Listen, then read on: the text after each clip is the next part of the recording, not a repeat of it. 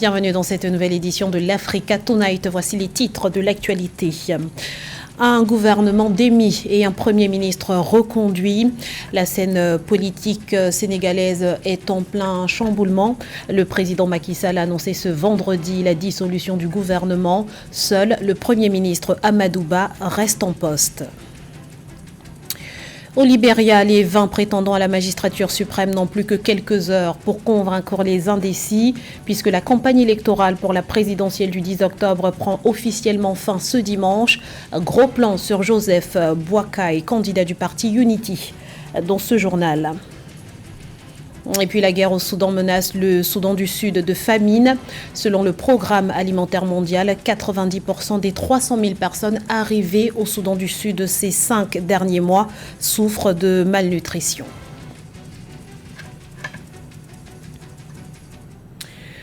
Au Sénégal, le président Macky Sall a signé ce 6 octobre un décret mettant fin aux fonctions des membres du gouvernement. La composition d'une nouvelle équipe sous la direction du Premier ministre Amadou Ba, qui lui a été reconduit, est attendue dans les prochains jours. La dissolution du gouvernement intervient à moins de 5 mois de l'élection présidentielle de février 2024, à laquelle Amadou Ba portera les couleurs de la coalition au pouvoir. Les détails avec Samantha Saberou Saboubanga. Au Sénégal, le président Macky Sall a pris par décret la dissolution de son gouvernement. La décision a été annoncée ce vendredi 6 octobre 2023 dans un communiqué de la présidence sénégalaise. Il a reconduit dans la même foulée le candidat de son parti à l'élection présidentielle, le Premier ministre Amadou Ba, pour la formation d'une nouvelle équipe élargie à des technocrates et à des politiques. La dissolution du gouvernement par le président Macky Sall s'apparente clairement à une manœuvre politique.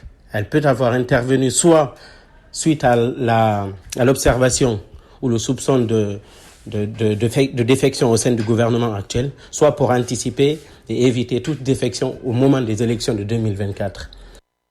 À moins de 5 mois de l'élection présidentielle de février 2024, la mise en place très attendue du nouveau gouvernement suscite des spéculations alors que l'incertitude demeure quant au rejet de la requête de l'opposant Ousmane Sonko concernant des fiches de parrainage. La Cour suprême a rejeté vendredi 6 octobre la requête en référé liberté, introduite par l'opposant Ousmane Sonko contre le refus de la Direction générale des élections, DGE, de lui donner une fiche de parrainage pour la présidentielle de février 2024. Dans un contexte préélectoral, la dissolution du gouvernement tout en maintenant le Premier ministre peut être une stratégie pour le président sortant de conforter Amadou Ba dans sa position de candidat de la coalition au pouvoir avant le scrutin. Cette dissolution d'ailleurs intervient le même jour que celui pris par le président ivoirien Alassane Ouattara en Côte d'Ivoire. Ces deux présidents qui, entre guillemets, qu'on peut considérer comme étant les rescapés des valses et des enchaînements de coups d'État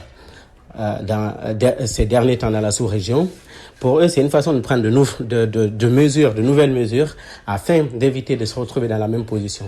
La dissolution donc d'un gouvernement colle parfaitement à ces mesures d'anticipation. En poste depuis septembre 2022, Amadou Ba est le candidat de la coalition au pouvoir, Benno Bokk Yakaar, à la présidentielle de 2024. Il a été choisi par le chef d'État Macky Sall, qui a renoncé en juillet 2023 à briguer un 3e mandat. Selon le communiqué de la présidence sénégalaise, les détails concernant la composition du nouveau gouvernement seront révélés prochainement, marquant ainsi le début d'une nouvelle phase pour l'administration sénégalaise.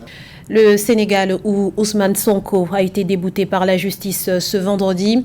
L'opposant avait demandé que lui soit reconnu le droit de récupérer les fiches nécessaires à la récolte des parrainages citoyens en vue de la présidentielle, arguant que participer à une élection est un droit fondamental inscrit dans la Constitution sénégalaise. Une demande rejetée par le juge de la Cour suprême qui estime que le ministère de l'Intérieur a le droit de déterminer qui peut être candidat à une élection présidentielle ou non. Notons qu'un autre recours portant sur la radiation d'Ousmane Sonko des listes électorales a été déposé auprès du tribunal de Ziguinchor. Le jugement est attendu dans les prochains jours. Cette fois, sera-t-elle la bonne pour Joseph Boakai?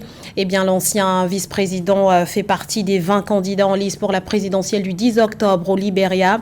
Il met en avant son expérience politique et sa connaissance approfondie des défis auxquels le pays fait face pour espérer faire mieux qu'en 2017. Son portrait avec Philomène Tine.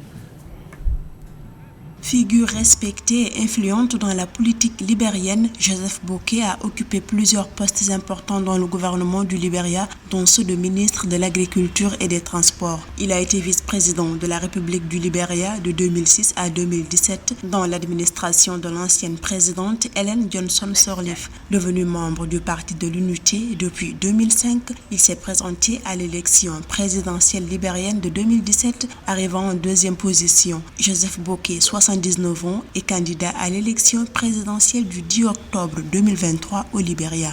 Joseph Boakai dispose effectivement d'une longue expérience. Il a travaillé dans les organisations internationales, il connaît mieux l'environnement politique libérien, y compris de la sous-région. Donc, disposant aujourd'hui d'une longue expérience politique et en matière de développement, ce technocrate libérien constitue une menace réelle aujourd'hui pour la relation de George Weah.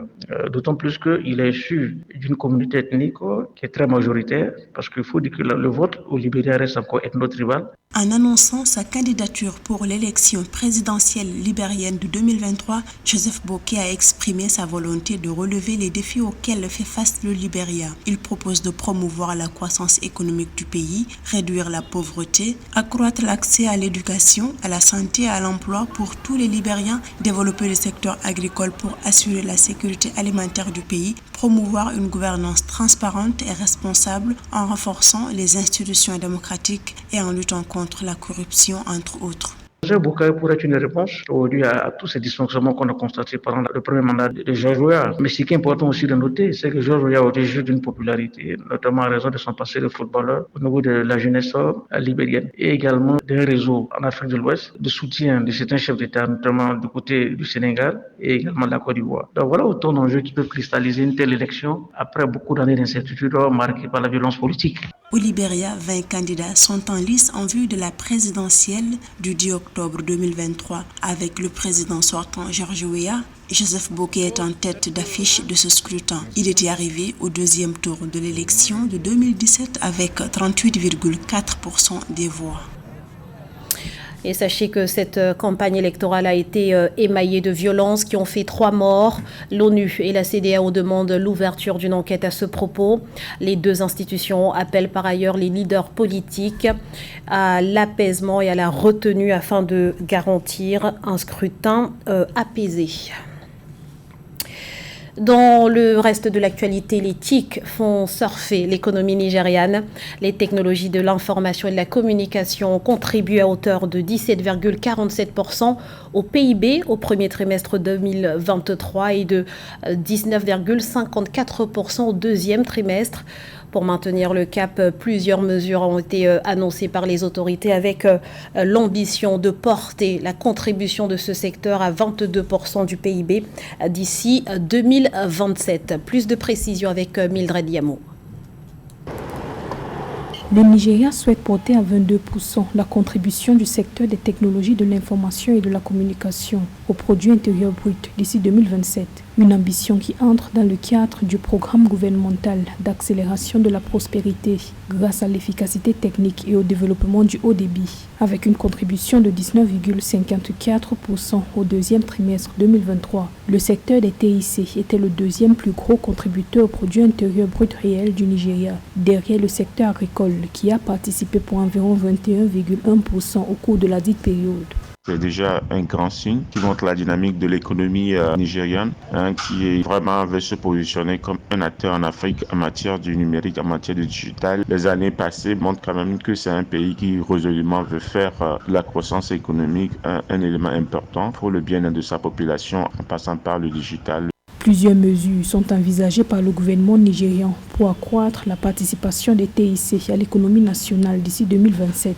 Parmi elles, la hausse de 15% des investissements dans le secteur des télécommunications par an, la réduction de 61% des Nigérians non connectés dans les zones rurales, la formation de 3 millions de personnes pour augmenter le nombre d'emplois dans les TIC, l'augmentation de 5 milliards de dollars du financement des startups, et l'accélération de l'alphabétisation numérique dans le pays à 70%.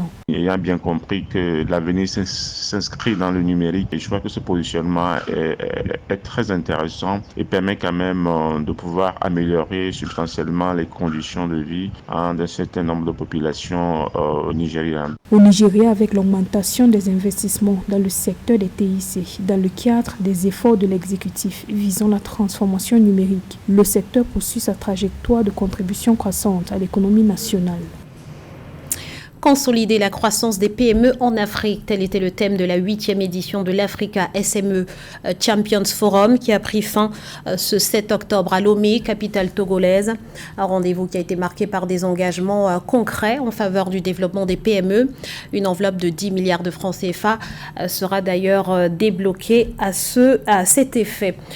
Voyez ce reportage de Steven Midiola commenté par Marie-Joëlle Mbalo. Plus d'une centaine d'entrepreneurs venus de divers pays d'Afrique convergent vers Lomé, la capitale togolaise, pour la 8e édition du Africa SME Champions Forum. Le thème de cette année est consolider la croissance des PME, un sujet crucial pour de nombreux participants qui font face à des défis majeurs en matière de financement. Parmi eux, Kani Kofi, un jeune entrepreneur togolais qui a créé une entreprise opérant dans plusieurs secteurs, notamment la production de thé à base de bissap. Comme beaucoup, l'accès au financement reste son principal obstacle. Il y a des difficultés beaucoup plus liées à l'accès au financement. C'est-à-dire les PME, on a tendance à demander aux PME de fournir par exemple des titres fonciers comme on l'a dit tout à l'heure.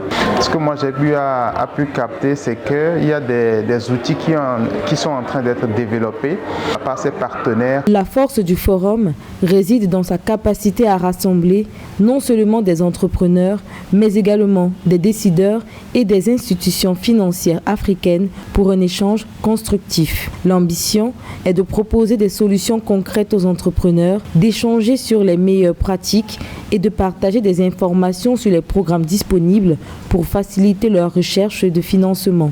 D'abord, le FAEJ est un dispositif d'appui technique et financier. Et donc, c'est une structure qui accompagne le jeune porteur d'idées d'entreprise sur toute l'étape d'idéation jusqu'à la création de son entreprise. Et ensuite, comment l'aider à consolider son organisation pour attirer des ressources adaptées à sa croissance. Lancé en 2014, le Forum des champions des PME africaines s'est donné pour mission d'améliorer l'environnement des PME sur le continent. Ces PME sont le véritable moteur des économies africaines. Selon la Banque africaine de développement, en 2019, les PME représentent jusqu'à 90% de toutes les entreprises du continent et contribuent à hauteur de 60% à la création d'emplois. Une crise de la faim se profile pour les Soudanais du Sud. C'est la mise en garde formulée le 3 octobre par le Programme alimentaire mondial. Il faut dire que la guerre au Soudan a déjà occasionné le déplacement de plus de 5 millions de personnes, dont de nombreux Sud-Soudanais qui retournent dans leur pays où la situation humanitaire est déjà préoccupante. À l'heure actuelle, 6,1 millions de personnes sont exposées à la famine. On fait le point tout de suite avec Nana Kamsoukom. Au Soudan du Sud, plus de 7 millions de personnes sont menacées par une insécurité alimentaire selon les Nations Unies. Une situation accentuée par le conflit armé au Soudan voisin. En effet, sur quelques 300 000 réfugiés soudanais enregistrés ces 5 derniers mois, un enfant sur 5 souffre de malnutrition et 90% des familles affirment passer plusieurs jours sans manger. L'Organisation des Nations Unies pour l'alimentation et l'agriculture a sonné l'alerte dans un communiqué publié le 3 octobre 2023. Après 4 ans de précipitations incessantes, certaines régions du Soudan du Sud s'apprêtent à connaître une sécheresse. La saison sèche prolongée et les précipitations tardives vont avoir une incidence sur les cultures, entraînant une insécurité alimentaire et une vulnérabilité. Les activités criminelles visant les denrées alimentaires augmentent. À bord, dans un seul incident, 7 tonnes de denrées alimentaires ont été volées. À Jonglei, le PAM a dû suspendre le prépositionnement des denrées alimentaires pour la 3e fois cette année. Dans un rapport publié en 2022, la FAO précise que la situation du Soudan du Sud résulte d'une combinaison de conflits, de mauvaises conditions macroéconomiques, d'événements climatiques extrêmes et une spirale des coûts de nourriture et du carburant, ainsi qu'une baisse de financement des programmes humanitaires. Pour garantir une meilleure sécurité alimentaire, le gouvernement multiplie les investissements agricoles. De plus, le pays a mis en œuvre plusieurs politiques relatives à la lutte contre le changement climatique et à la protection de l'environnement. C'est le cas notamment de la politique nationale de l'environnement 2015-2025. Le PAM a déjà pu atteindre plus d'1 million de personnes dans 14 des 18 États. Mais en raison de l'insécurité, des problèmes de changement d'approvisionnement et du fait qu'une grande partie de notre nourriture a déjà été détournée, nous allons avoir du mal à atteindre les personnes qui ont besoin de notre aide et qui en ont besoin maintenant.